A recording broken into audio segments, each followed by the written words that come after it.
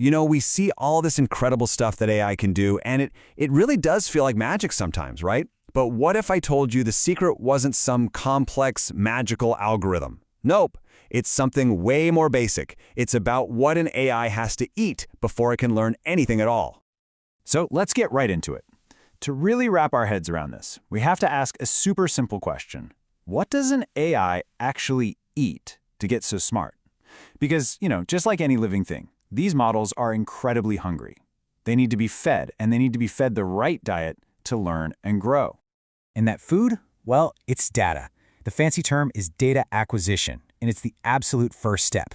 So for this whole explainer, I want you to think of an AI kitchen. Before any of the cool cooking starts, chefs got to go out and gather raw ingredients. Images, videos, sensor readings, you name it. This is the foundation for absolutely everything else. Now, just like in a real kitchen, the quality of your final meal depends entirely on the quality of the ingredients you start with. It's a no-brainer, right? You could have the best chef on the planet, but if you give him rotten tomatoes, you're going to get a pretty terrible sauce. The same is 100% true for AI. And this brings us to what is pretty much the golden rule in all of computer science. And it's definitely the most important rule in our AI kitchen. Garbage in, garbage out. It's such a simple idea, but it's so powerful. It doesn't matter how fancy your AI model is. If you feed it junk data, you're gonna get junk results. End of story. So what makes for a good ingredient? Well, first up, you need variance. And that's just a fancy word for diversity. If you want an AI to recognize a dog in the real world, you can't just show it 1,000 pictures of the same golden retriever in a sunny park. It needs to see dogs at night, dogs in the snow, dogs from weird angles, blurry dogs, running, all of it.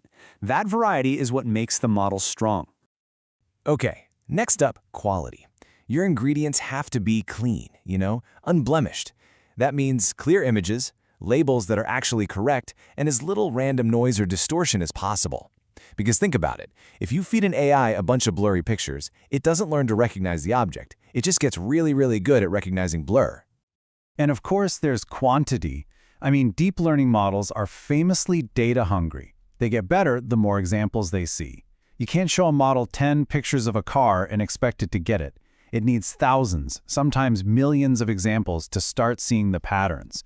But, and this is a huge but, volume is not everything.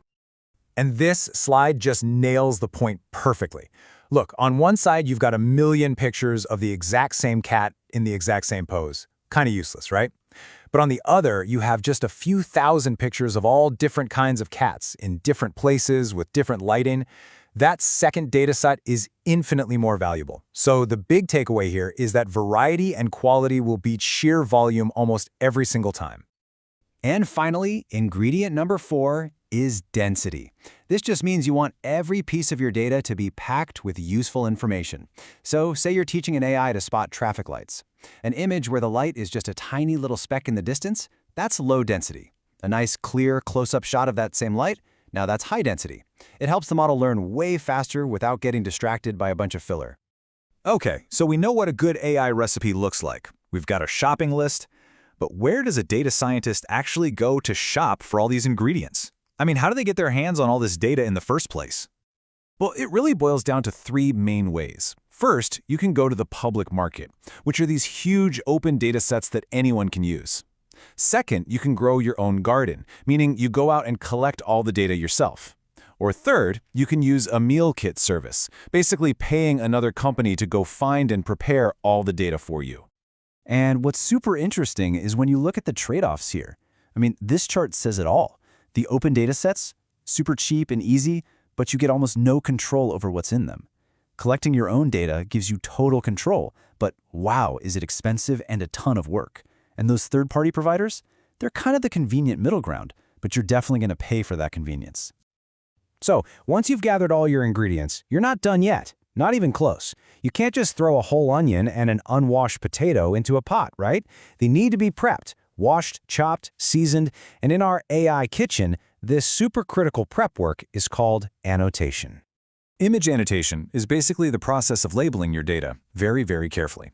It's how we tell the AI, hey, this specific bunch of pixels right here, that's a car. Or this outline, that's a person. This process creates something called ground truth. It's the rock-solid human-verified answer key the AI learns from.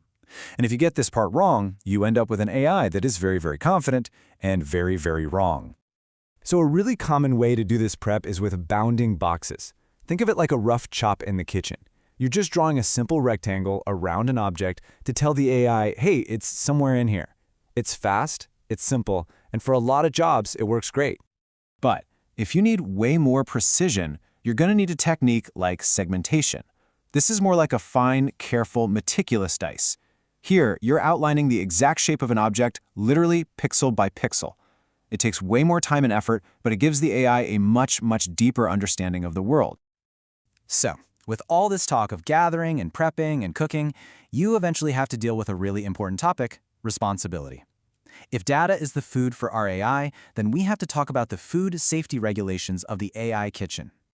And one of the biggest food safety problems out there is something called data bias. This is what happens when your ingredients get contaminated, when they don't actually represent the real world fairly.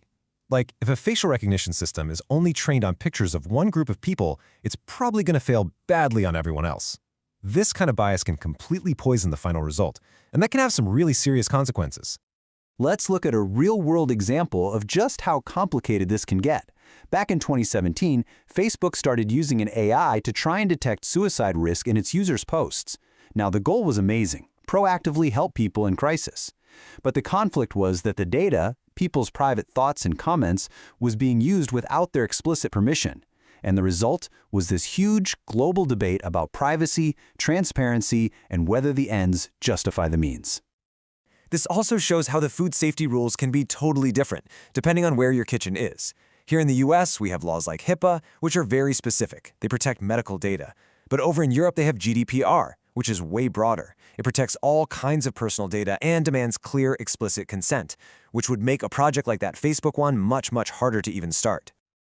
So, we've explored the kitchen, we've looked at the ingredients, the prep work, and the safety rules. But now it's time to talk about the difference between that clean, perfect world of academic research and the absolute chaos of building AI for the real world. See, academic datasets, they're like a perfect recipe from a cookbook. Everything is clean, everything is measured out, it's well documented. But real-world data, that's like a busy, unpredictable restaurant kitchen during the Saturday night dinner rush. It's messy, things are missing, and the orders are constantly changing. And that really brings us to the single most important takeaway from all of this. After everything we've talked about, the crucial point is this: an AI system is not magic. It's a reflection of its diet. It is only as good, only as fair, and only as smart as the data we feed it and the incredible amount of care we take in preparing it. And all of this leaves us with one last really tough question to chew on. If the AI is just following the recipe that we wrote for it, who's responsible when it messes up and causes real harm? Is it the chef who made it, the farmer who supplied the ingredients, or someone else entirely? That's definitely something worth thinking about.